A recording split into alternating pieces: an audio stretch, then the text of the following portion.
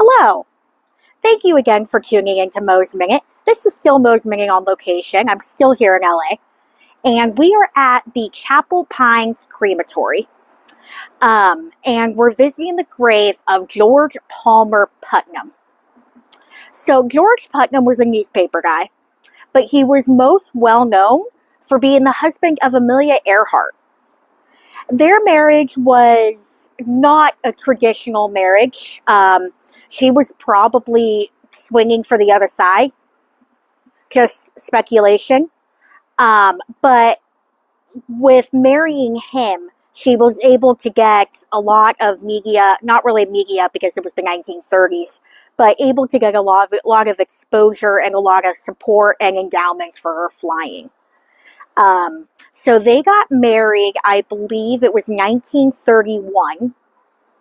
And then, of course, in 1937, she started her around the world trip that ended up not being around the world. And I mean, we were just talking about this last night. There are so many conspiracy theories about what may have happened to her. Very, very recently, a guy decided that he found her playing in the ocean and then came back and said, actually, it's just a rock.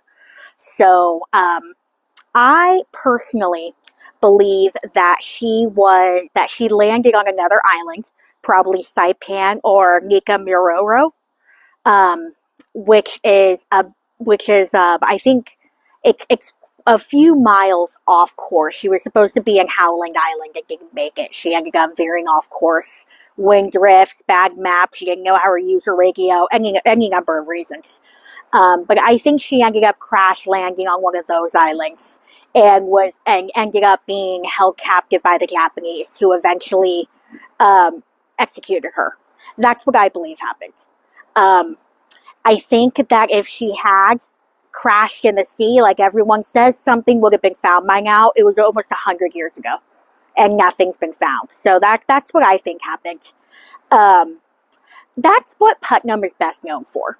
Yeah, he had his own career and journalism and everything, but he's most well known for his marriage to Amelia Earhart. He remarried a couple years after she died, or went missing. She didn't die, went missing.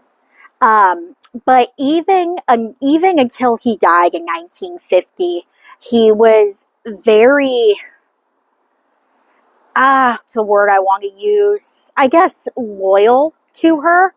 He worked a lot with her sister on keeping her legacy alive and making sure that everyone remembered everything that she had accomplished before she went missing, and that people didn't focus on what befell her, but rather her career, which was, I mean, a woman in aviation in the 1930s is just amazing. So, yeah, he worked closely with her sister and her family. He was a good uncle to her niece and nephew, but worked closely with them on keeping her legacy alive. And, of course, this all happened on the East Coast, but he ended up moving out here, and he died in San Bernardino County in 1950, which is how he came to be interred here at Chapel Pines. We kind of came across this place by accident. Of course, I wanted to do an episode on Amelia Earhart, and this is the closest I can get, but we were literally making a loop to go to another cemetery and found it.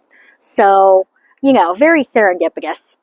But yeah, there's not really much else I can say. I could talk for an hour on Amelia Earhart, but I'm not going to do that.